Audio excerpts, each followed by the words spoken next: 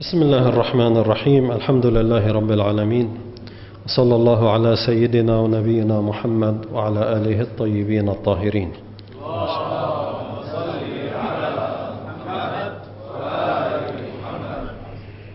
Assalamu alaikum wa rahmatullah, chers frères et sœurs, barakallahu fikum, et que Dieu exauce votre jeûne et vos actes d'adoration en ce mois béni, le mois de Ramadan. Ici, je vais lire un dua quotidien, chaque jour du mois de Ramadan, à son dua. Bismillah ar-Rahman ar-Rahim. Au nom d'Allah, le clément, le miséricordieux, Ya Allah, donne-moi la force d'observer tes ordres en ce mois. Fais-moi apprécier en ce mois ton invocation. Encourage-moi par ta générosité à te remercier en ce mois. Garde-moi sous ta protection et sous ton voile, ô toi le plus perspicace des voyants, Ya Arhamar Rahimin. Allahumma qawwini fihi ala iqamati amrik, wa adqni fihi halawata dhikrik, wa awzi'ni fihi li ada'i shukrik, bi karamika, wa hfadni fihi bi hifdika wa sitrik, Ya absar al-nadirin. Dans ce mois béni, du mois de Ramadan, on est tous invités, à la piété, à l'éloignement des péchés et de la désobéissance d'Allah subhanahu wa ta'ala. Ici, il y a des éthiques, là où l'islam nous a invités à suivre pendant le mois de Ramadan. Les éthiques du mois de Ramadan, telles que le prophète Muhammad sallallahu alayhi wa alayhi l'avait dit à son compagnon, son noble compagnon Jabir bin Abdullah al-Ansari, un noble compagnon dont le prophète et la famille du prophète aimaient beaucoup, Jabir bin Abdullah. Il lui a dit au début du mois de Ramadan, je pense quand le prophète a vu le croissant du mois de Ramadan, il lui a dit: ô Jabir, voici le mois de Ramadan qui débute. Ô Jabir, voici le mois de Ramadan. Celui qui jeûne la journée de ce mois, man sama naharahu, celui qui jeûne la journée de ce mois et qui prie une prière surrogatoire recommandée, une prière surrogatoire recommandée, et qui prie une prière surrogatoire pendant la nuit et qui est chaste son ventre, c'est-à-dire son ventre, son estomac est chaste. Comment peut être la chasteté de l'estomac? Wa affa batnahu, al-affa, la chasteté. Comment peut être un estomac chaste? C'est-à-dire l'éloignement de notre corps et de notre estomac de la nourriture illicite, de manger quelque chose qui n'est pas halal, ou bien qu'il y ait de la doute dans ce qu'on mange. L'éloignement pendant le mois de Ramadan de tout ce qui est douteux, de tout ce qui est illicite. Man affa batnahu wa farjahu, et ses membres intimes aussi, qu'il soit chaste aussi pendant le mois de Ramadan, et qu'il préserve aussi sa langue pendant la journée. Le fait de préserver sa langue, de ne pas médiser, de ne pas insulter, de ne pas se mettre en colère et dire des mots grossiers, et préserver sa langue. Celui qui jeûne pendant la journée, qui fait une prière surrogatoire pendant la nuit, qui préserve son ventre et ses membres intimes, et qui préserve sa langue, sortira de ses péchés tel qu'il sortira de ce mois, à la fin du mois. Alors ici, Jabir écoutait le prophète Muhammad sallallahu alayhi wa alayhi, et il lui a plu, ce hadith l'a plu tellement qu'il regardait le prophète étonné de la beauté et de la splendeur de ce hadith. Il a dit: il est tellement beau ton hadith, ô prophète Mohammed. Ici, le prophète sallallahu alayhi wa alayhi lui a répondu: Ya Jabir, wa ma ashadda hadihi ash-shurut. Elles sont tellement rigoureuses, ces conditions. C'est vrai que le hadith est beau, et les conditions sont difficiles. Ne pas manger du haram, ne pas boire du haram, ne pas regarder du haram, ne pas prononcer du haram, s'éloigner pendant la journée du haram et faire de la prière surrogatoire pendant la nuit. Voilà. Aussi, l'imam As-Sadiq alayhi salam nous a appelés à des éthiques.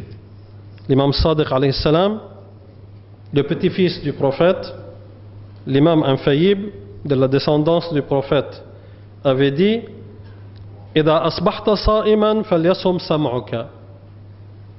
Si tu te réveilles le matin, tu te lèves le matin en état de jeûne, alors que ton nuit, tes oreilles jeûnent aussi. Toi tu jeûnes, tes oreilles aussi, ton nuit doit jeûner. Et ta vue aussi, tes regards doivent jeûner. Et, chers frères et sœurs, nous avons maintenant, dans notre vie quotidienne, contemporaine, nous avons un problème. On n'est pas obligé de sortir dans la rue pour écouter quelque chose d'illicite ou bien de voir quelque chose d'illicite. On peut l'avoir chez nous, là où on est, dans le bureau, ou bien dans la chambre à coucher, ou bien dans le salon, par l'internet, ou bien par la télévision. Donc on doit faire attention à ce qu'on regarde et à ce qu'on entend. Peut-être que vous allez penser que c'est simplement des images obscènes qui sont haram. Non, je vous dis aussi, même la calomnie par les messages sont aussi quelque chose de haram. On est en train de regarder, de lire ce qui est haram. La discrimination aussi est haram. Les insultes sont haram, de les lire, de les envoyer. Donc on doit faire bien attention pendant la journée de notre jeûne à ce qu'on lit et à ce qu'on regarde dans notre petit écran et dans notre portable et dans la rue et dans tous les endroits. إذا أصبحت صائما فليصم سمعك. Si tu te lèves pour jeûner, alors tes oreilles et tes yeux doivent aussi jeûner. Et tes membres de tout ce qui est détestable. وَدَعْ عَنْكَ أَذَى الْخَادِمِ. Éloigne-toi de faire du mal aux employés et aux domestiques. Celui qui a un employé, celui qui a un domestique chez lui, qu'il s'éloigne pendant le mois de Ramadan de lui faire du mal. وَلْيَكُنْ عَلَيْكَ وِقَارُ الصَّوْمِ. Si tu es en état de jeûne, il faut que vraiment tu aies l'air et la noblesse du jeûneur. Un jeûneur ne peut pas se comporter comme celui qui ne jeûne pas. Son honnêteté, son bon caractère, son bon comportement doit être distingué. وَالْزَمْ مَا اسْتَطَعْتَ مِنَ الصَّمْتِ وَالسُّكُوتِ إِلَّا عَنْ ذِكْرِ اللَّهِ. Maintiens et garde ton silence et ton calme, sauf si ce n'est que le rappel d'Allah subhanahu wa ta'ala. Éloigne-toi de dire, de médire, de parler, surtout les futilités, al-laghu, les futilités, de dire du n'importe quoi. Essaie de lire le Coran pendant le mois de Ramadan, autant que tu peux, avec les invocations rapportées par Ahlul Bayt alayhimus salam, par le prophète Mohammed et par les imams de la famille infaillible du prophète Mohammed sallallahu alayhi wa alayhi.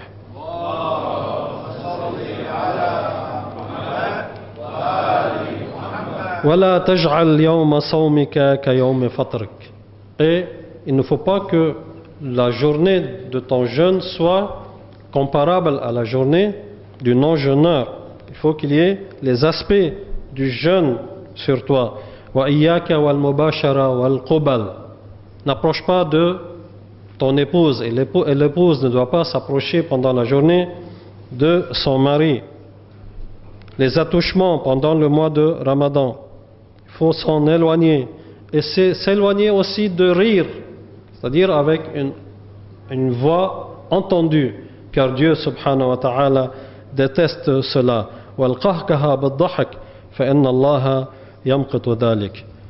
Enfin, chers frères et sœurs, nous allons lire ensemble, en terminer, pour clôturer, le dua du prophète Muhammad sallallahu alayhi wa alihi, qui le lisait après toutes les prières pendant le mois de Ramadan.